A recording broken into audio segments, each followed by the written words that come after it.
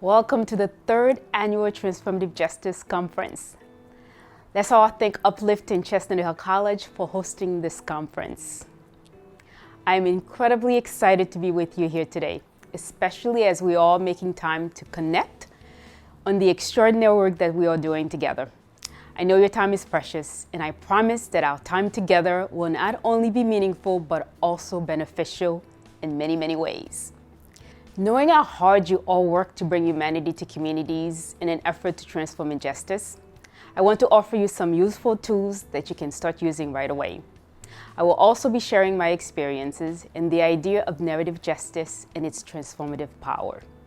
Social change is a creative project of storytelling, a project that changes hearts, minds, and resources. Every time we tell a story, whether by making a speech or taking a picture with our phone, we are creating. Through this creation process, we discover ourselves, each other, in a world of possibility. Sometimes the stories we tell are the change we make. Throughout this conference and after we all return to our work, I hope you will remember that by creating, we stay hopeful and strong.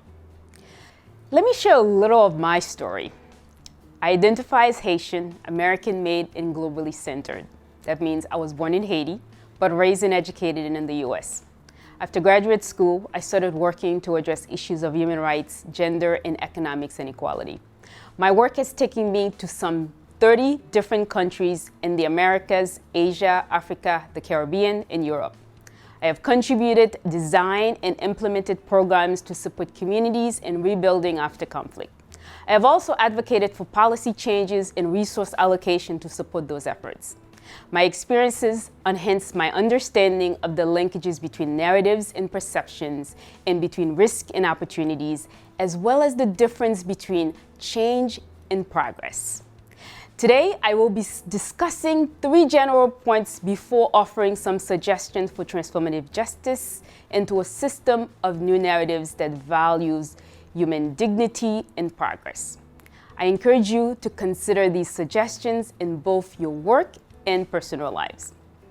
First, through my professional and personal experiences, I have come to appreciate the social economic problems are sustained through a set of languages or a system of what I call narratives.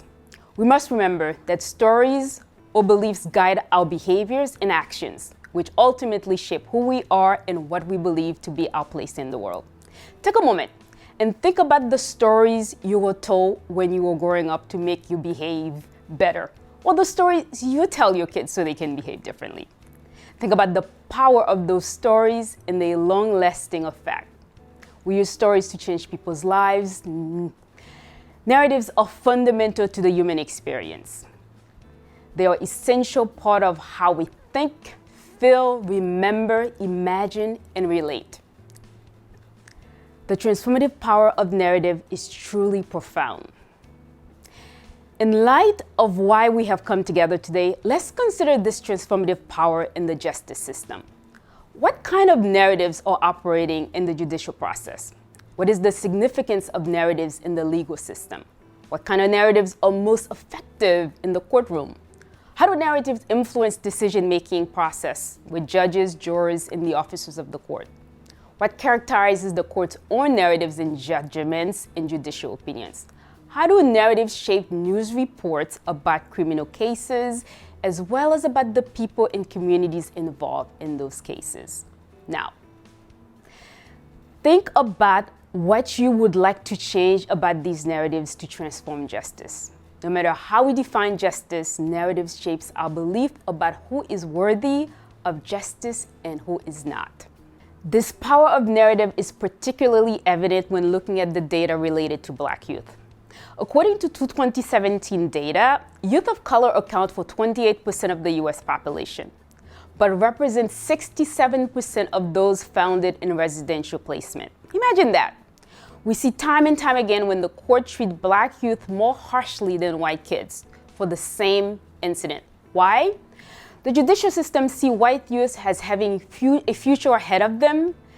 They have potential that needs to be nurtured. Meanwhile, the same youth system see Black and brown youth as needing a firm, harsh hand to keep them corrected. This is the work of narrative perception. As we're working to change system, we must recognize and understand the narratives that have contributed to the status quo. How are these narratives impeding our efforts? Second, I urge you to take stock of the words we use to secure resources for the work, especially in the justice and human rights space. Take the example of fundraising in nonprofit community in which most of us, like myself, are operating in. Consider the terms used to describe the people in communities with whom we are working and whom we seek to serve. How often do you see terms described using terms like the most vulnerable, disadvantaged, broken down, marginalized, juvenile delinquent or risk youth, single motherhood? What do these terms have in common? They define people by the circumstances of injustice. We are not circumstances or our mistakes or the failures of our society. Now take a moment to consider, what would happen if we shift the language instead of saying the most vulnerable? How would the narrative change if we said the most promising? Instead of the most disadvantaged, how about the most worthy? Instead of the broken down, we can say the most determined. And instead of marginalized, we can say deserving. Think about powerful narratives created by eliminating phrases like juvenile delinquent and at-risk youth, and instead using dreamers and youth with aspirations. Instead of referencing single mother households, how about talking about loving mother households? Would the system change? Would the decision change? I bet they would. We all want to make a world a better place. We need to define aspirations of justice, not the desperation of injustice. We need to define our work and use language that paints the picture of what we want to build for, to reinforce a vision of possibility, the vision of justice and human dignity. There is no need for us to dramatize the injustice of defining people according to the circumstances of injustice. Doing so only reinforces the injustice of our society. To have shame and pity is not the same as having mercy and grace. For those we have pity and see as shameful, we lock them away. For those we give mercy and see worthy of grace, we create opportunity with a second chance. The narrative of who is worthy of dignity already guides our society's moral direction of justice. When we talk about justice in its broadest, most expensive framing, we are also talking about who is worthy of value and consideration for justice. The language that we use affirms who and what is possible. The third point I would like to share with you is about community. In a world where individuality is continually praised and held up as ultimate goal to achieve, the importance of community can get lost or be seen as trivial. In truth, we need both individuality and community in a healthy society. Without inappropriately emphasizing one over the other, relying on individual actions to transform justice to any significant degree without considering the role of the environment and life outcomes is incredibly dangerous. We must work as a collective. We can celebrate resilience as a noble trait, yet resilience includes community. Indeed, individuality cannot be resilient in the absence of a strong community. A young person in a community of support that extends beyond his or her household has greater chance of success in life than one without such a support network. A community of support changes the risk profile of individual with the community. Now, take me for example. I was raised in a household with a loving mother. I grew up in a community that believed in me and my dreams. I attended a Catholic school my sophomore year. Although I wanted to go to college, I was placed in classes that were simply not challenging for me. I reviewed university requirements and realized I was taking the wrong classes, so I went to see my guidance counselor to share with her the vision I had for my life. Her first question was whether my family had money, because as she quickly informed me, I could not go to a four-year college unless I had money. Now, I knew this was not true, but she remained adamant. The following year, I changed high school, and soon I was in college. In making these changes in order to pursue the life I envisioned for myself, I did so because I had a community that believed in me and what was possible for me. I was from a household with a loving and supportive mother. The work we do is about removing systematic obstacles to see human values and realize the potential we each have. We want to help young people realize their gifts and support them in building stronger communities. My guidance counselor saw me as an at-risk youth, but at-risk is not a frame of possibility. My community saw me as a student with aspirations, which gave me the power to create the life I wanted that I have today. The current narrative is failing us in achieving our vision of community. We must change the narratives about people in communities to unleash real progress throughout society. We need new stories that define people's aspiration and contribute as well as circumstances of affect those aspirations. All of us need such stories. We don't need to judge ourselves or others on this journey. Because remember how powerful stories are.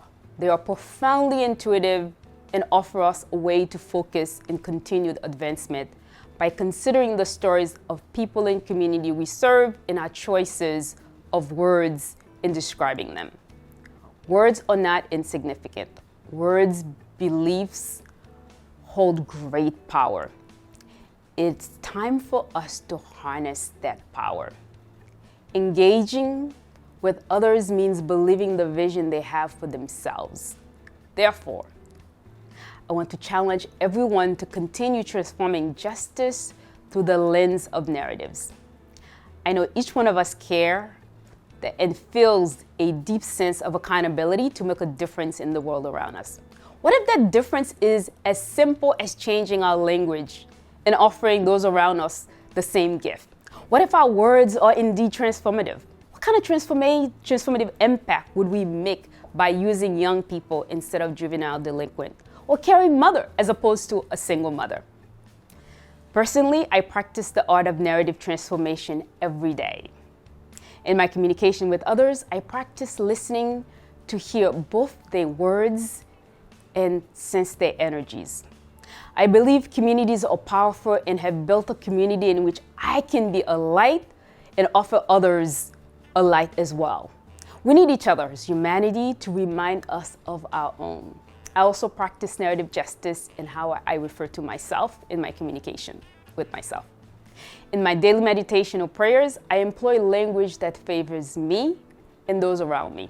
When I make a mistake, I don't punish myself. I give myself grace and remind myself what I can do the next time I find myself in a similar situation. Words have power. Words are power. I encourage you to take small daily incremental actions to transform your words. Use your words to transform justice.